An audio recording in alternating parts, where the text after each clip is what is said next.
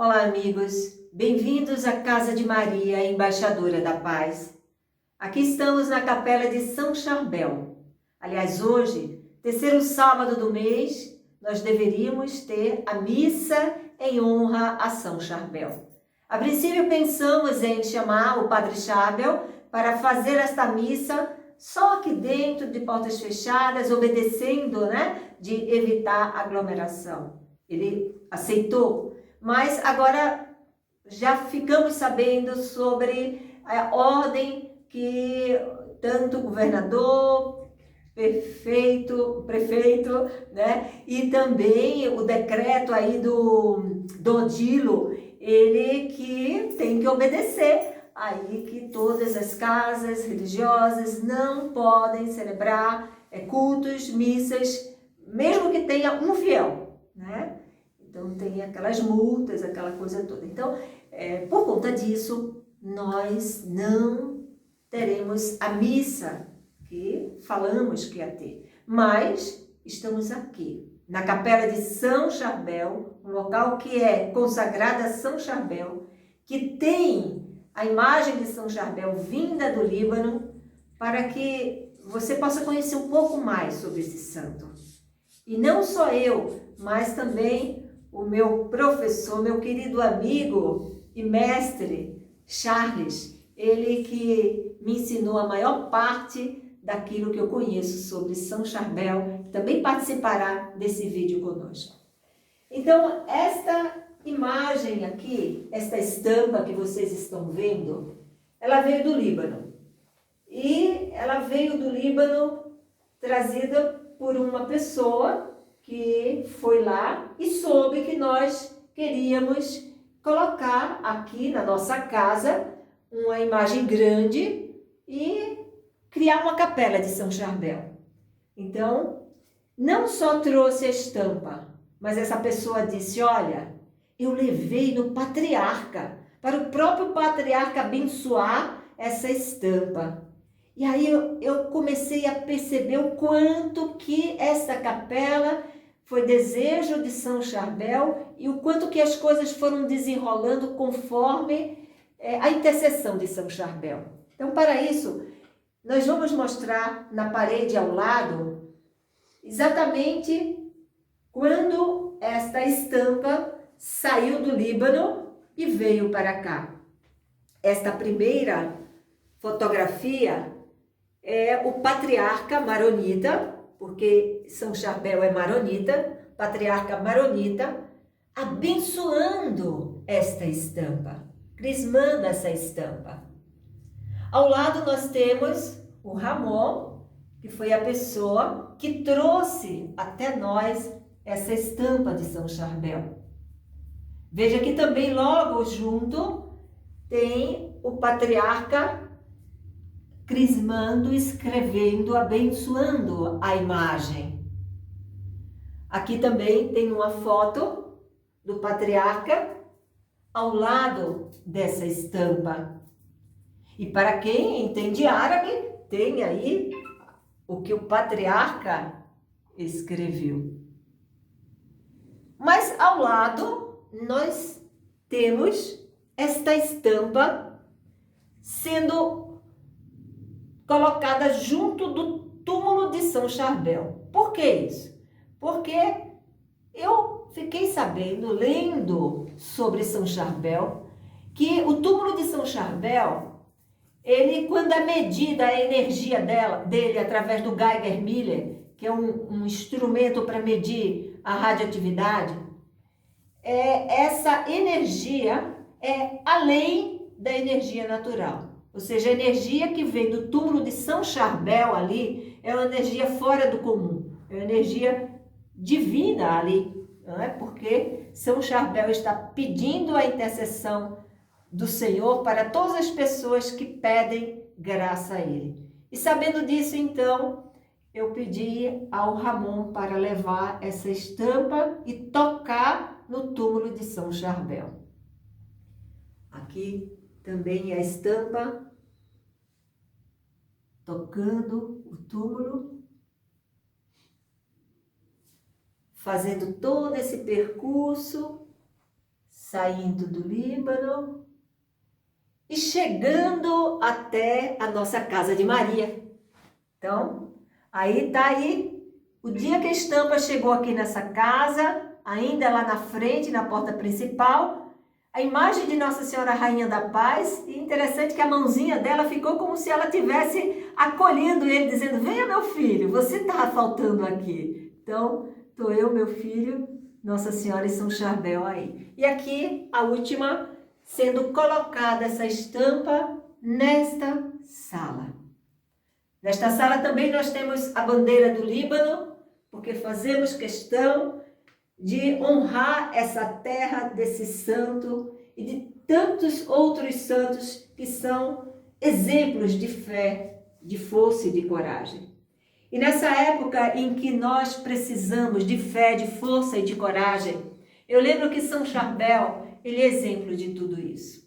São Charbel, ele viveu no Líbano, nasceu no dia 18 de maio de 1828, né, no Líbano. E dali, quando ele tinha 21 anos, ele entrou para o convento. A vida de São Charbel é dividida em 3 partes. 21 anos, depois mais 21 anos, depois mais 21 anos. Né? Os primeiros 21 anos ele fica com a família.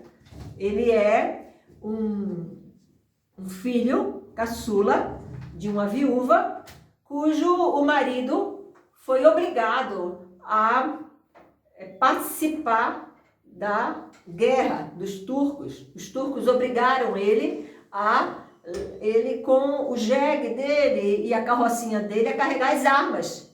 Porque se ele não fizesse isso, a família iria ser prejudicada. Então ele obedeceu e nunca mais voltou, morreu por lá. Ficou então a viúva e seus filhos, e a sua fé. E todos os dias aquela mulher reunia os seus filhos em torno de uma imagem de Nossa Senhora e pedia proteção de Nossa Senhora. E assim foi criando a sua família na fé. E São Charbel, quando ele tinha 21 anos, ele quis ir para o convento. A mãe não queria, porque dizia que ela precisava dos braços dele para ajudá-la, era viúva. Então ele resolveu sair escondido para ir atrás de sua vocação. E chegando lá no convento, ele foi acolhido. Mas logo depois, a mãe dele, sabendo que ele tinha fugido, começou a procurar e chegou ao mosteiro. E lá chegando encontrou São Charbel, lá no mosteiro, e foi falar com o superior. E como boa libanesa, né? Aquela coisa forte, dizendo, olha, o senhor tem muitos braços para lhe ajudar, eu só tenho ele, né? Eu sou uma pobre viúva, fala para ele voltar para mim, voltar para minha casa. E sabiamente o superior disse, olha, ele é adulto, ele faz o que ele quiser. Se ele quiser ficar, ele fica. Se ele quiser voltar, ele volta. E ali, naquele momento, o Espírito Santo tocou aquela mãe. E ela olhou para ele e disse, meu filho, você quer mesmo ficar? É isso que você quer? E São Charbel disse, sim, mãe, é isso. E ela diz, então, se for para ficar, é para ser santo. Olha que coisa linda. E assim foi carimbado o início dessa caminhada de São Charbel nessa santidade. E ali ele no mosteiro, ele faz as coisas da melhor maneira possível. Na faculdade ele tirava boas notas e sempre orante, sempre orante. A palavra de Deus, a imitação de Cristo, que ele gostava muito, e o terço na mão. Era conhecido pela sua obediência, sua devoção, sua humildade. E logo, depois de algum tempo, ele começa assim, através da sua oração, a ver as pessoas que precisavam dele, alguns doentes, que chamavam os monges para dar uma oração. E a oração dele era simples. Pegava uma água, abençoava e aspergia no doente. E ali o doente ficava curado. Seja a cura do corpo, seja a cura da doença da mente ou do espírito. Esses 3 níveis, São Charbel, ainda em vida, intercedeu pela cura dessas situações. É por isso que nós, aqui da Casa de Maria, Embaixadora da Paz, que trabalhamos no equilíbrio corpo, mente e espírito, achamos muito oportuno ter aqui a imagem de São Charbel. E eu gostaria de agora chamar um amigo. Para mim é um mestre espiritual, porque foi através dessa pessoa que está aqui, não por acaso, que eu conheci São Charbel. Foi através do Charles que um dia me apresentou o Abu Elias, que era um padre da missão libanesa aqui no Brasil, maronita, e uma vez eu indo à casa do Abu Elias, olhei aquela estampa na parede e para mim, aquilo dali era algo tão cheio de energia que eu não queria parar de olhar. Ainda hoje é assim. Para sair de junto de São Charbel, o meu olhar, eu tenho que me lembrar que eu tenho que fazer outras coisas. Porque a minha vontade é de ficar só olhando para o quadro de São Charbel. Ainda sem saber, eu perguntei ao Abu Elias, quem é esse? E aí ele disse, é Charbel, é São Charbel. O corpo dele ficou sem rigidez cadavérica, exalando fluidos orgânicos, 60 anos. Eu digo, como que é? Ele falava ainda muito mal português, eu pensei, não estou entendendo bem. O corpo dele passou 60 anos, sem rigidez cadavérica, exalando fluidos orgânicos. Ele disse sim. Nossa, a partir dali eu digo, meu Deus, eu preciso saber mais. Eu preciso divulgar esse santo que, segundo o Vaticano, depois de Maria e José, junto com Padre Pio e Santo Antônio, é quem mais concede milagres no mundo. Então, foi através do Charles que tudo isso aconteceu. E eu peço agora para que ele venha, junto aqui também de São Charbel, completar aquilo que um dia você iniciou, meu amigo. E vamos continuar, se Deus quiser, né? Eu peço a Deus que purifica meus lábios, meu coração, para usar eles para passar a mensagem que Ele quer, que eu seja um canal para essa graça. Eu quero começar lendo a própria palavra de Deus na situação que nós estamos hoje passando, todos nós, no Brasil e no mundo, né? Então, não tem melhor que a gente ler a própria palavra de Deus, da própria Sagrada Escritura, né? Que é o próprio Deus que está nela, né? Quem quiser abrir a sua Bíblia, né? 2 Crônica 7, vou ler 2 versículos, 13 e 14.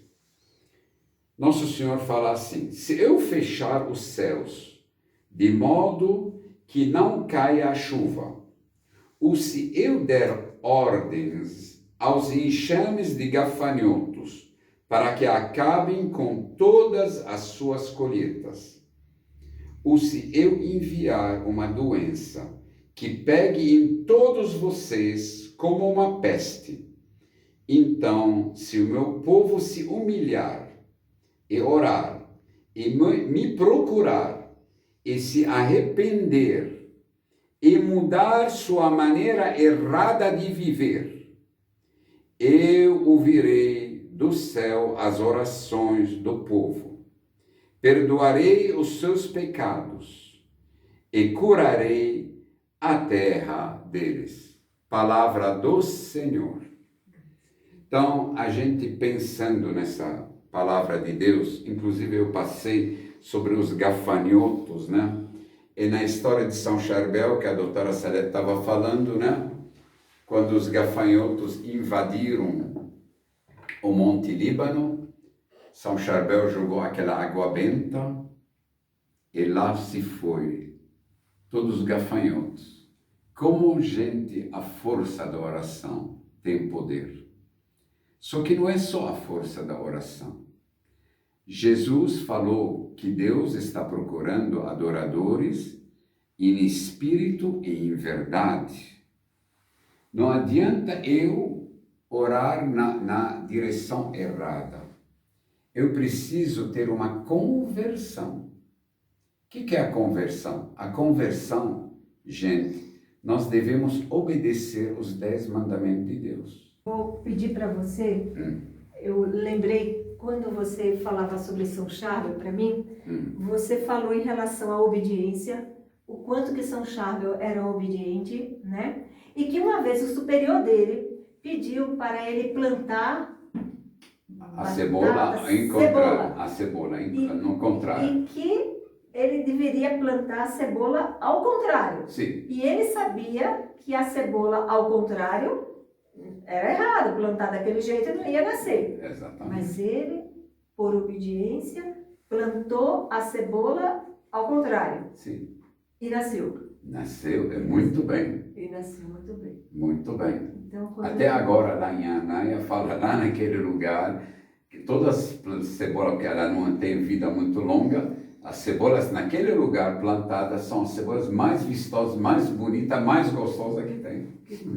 É uma coisa que também me chamou a atenção na Terra Santa, onde ficou João Batista, lá no deserto, né? Ele se alimentava de gafanhotos e mel.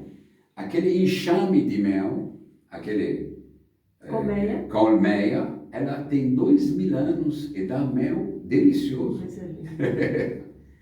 É uma coisa... A Deus são sinais que Deus nos dá. A Deus nada é impossível.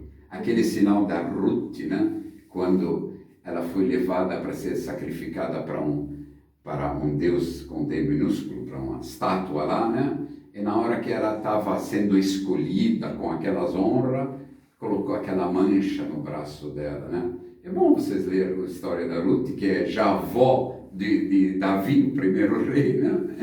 Então, e foi tirada. A Deus nada é impossível. A Deus nada é impossível. Obrigada, meu amigo. Nada.